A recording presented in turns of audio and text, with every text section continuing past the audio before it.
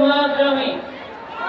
আমার মনে আছে তখন এসে বললাম যে ঝাড়গ্রামে আমি 92-তে একবার এসেছিলাম।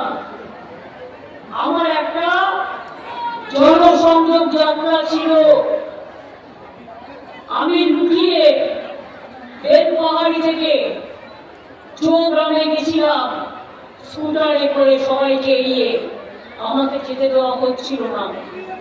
সেদিন আমি গিয়ে দেখেছিলাম ওখানকার মানুষ গাছের শিকড় আর কালো পিঁপড়ে সেদ্ধ করছে। তার গা গুলো ঘায়ে চকচকে হয়ে গেছে। আমি জিজ্ঞেস করলাম, এটা কি মা? আমাকে বললেন, এটা হচ্ছে আমরা জঙ্গল থেকে শিকড় কুড়িয়ে আনি আর কালো পিঁপড়ে কুড়িয়ে আনি। আমরা সপ্তাহে 2 দিন খেতে পাই ভাত, আমাদের ম্যাক্সিমাম দিন আমাদের এটা খেয়ে থাকতে হয়। বেলপাহাড়ি থেকে আমি আমার জনসংযোগ যাত্রা শুরু করেছিলাম 12ই জানুয়ারি স্বামী বিবেকানন্দের জন্মদিনে, আর শেষ করেছিলাম 23শে জানুয়ারি নেতাজি সুভাষচন্দ্র বোসের জন্মদিনে। আমার মনে আছে, আমি ভুলি না।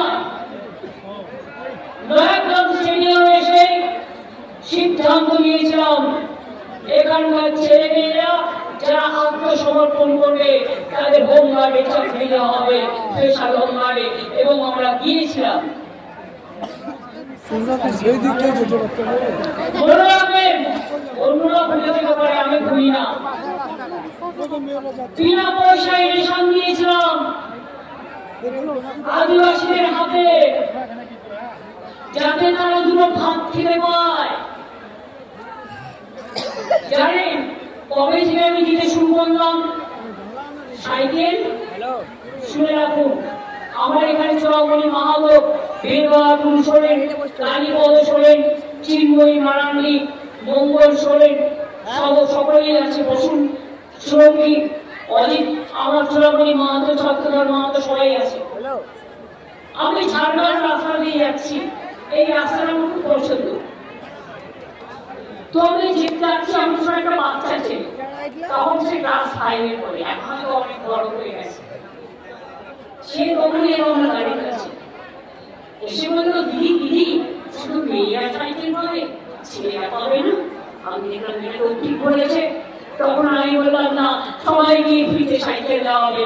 ক্লাস 9-এ উঠলেই বিনা পয়সায় সাইকেল দেওয়া হবে।